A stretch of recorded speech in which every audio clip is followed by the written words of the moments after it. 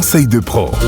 Aujourd'hui avec Elodie de l'horticulture Litzenburger à Bliesbruck, on va parler des cochenilles farineuses et surtout comment s'en débarrasser. Est-ce que tu peux nous dire déjà ce que c'est ces petites bêtes ? Bonjour Vanessa, tu as peut-être déjà observé sur tes plantes d'intérieur ou surtout sur tes orchidées des petits amas blancs farineux. Alors en fait, c'est ça la cochenille farineuse. C'est un petit insecte assez plat, recouvert d'une membrane un peu cireuse, poussiéreuse comme ça, comme un petit tas de farine. Tu la retrouves souvent sur l'envers des feuilles, au centre de la plante. Elles aiment bien se cacher pour vivre leur petite vie tranquille. Donc il faut savoir que la cochenille farineuse, elle n'est pas venue là toute seule. Elle a souvent été apportée avec ton nouvel achat ou la plante qu'on t'a offert, souvent sous forme d'œuf. Donc c'est pour ça qu'on la remarque pas. Une fois que tu en as à la maison, ça contamine très vite les plantes que tu as à proximité.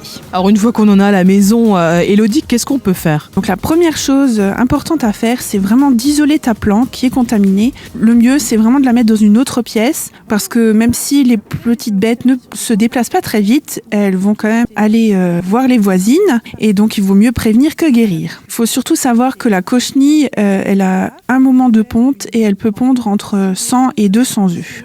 On peut vite être envahi, j'imagine. Alors comment on s'en débarrasse ? Le plus important, c'est de traiter dès l'apparition des premières larves pour éviter la propagation. Donc là, tu as plusieurs techniques possibles. Le plus important, c'est d'être méticuleux sur le traitement. Donc moi, je vais vous donner une technique. Dans un demi-litre d'eau de pluie ou d'eau douce, tu dissous une cuillère à soupe de savon noir, de savon de Marseille liquide ou de liquide vaisselle si tu n'as pas autre chose. Après sa dissolution complète, tu rajoutes 2 cuillères à soupe d'alcool à 70 ou de l'alcool à brûler. Donc ça, c'est une préparation qu'il ne faut pas pulvériser parce que ça risque de tacher tes fleurs et de brûler les racines. Le mieux, c'est de l'appliquer directement avec un pinceau sur les carapaces, sur chaque cochenille. Donc il faut vraiment être très méticuleux, regarder tous les petits replis, vraiment aller partout. Ensuite, tu vérifieras quelques jours plus tard que ça a bien fait son effet et donc là, tu constateras qu'elles ont toutes desséché, ça va devenir comme de la poussière. Et il faudra renouveler cette application dès que tu revois des cochenilles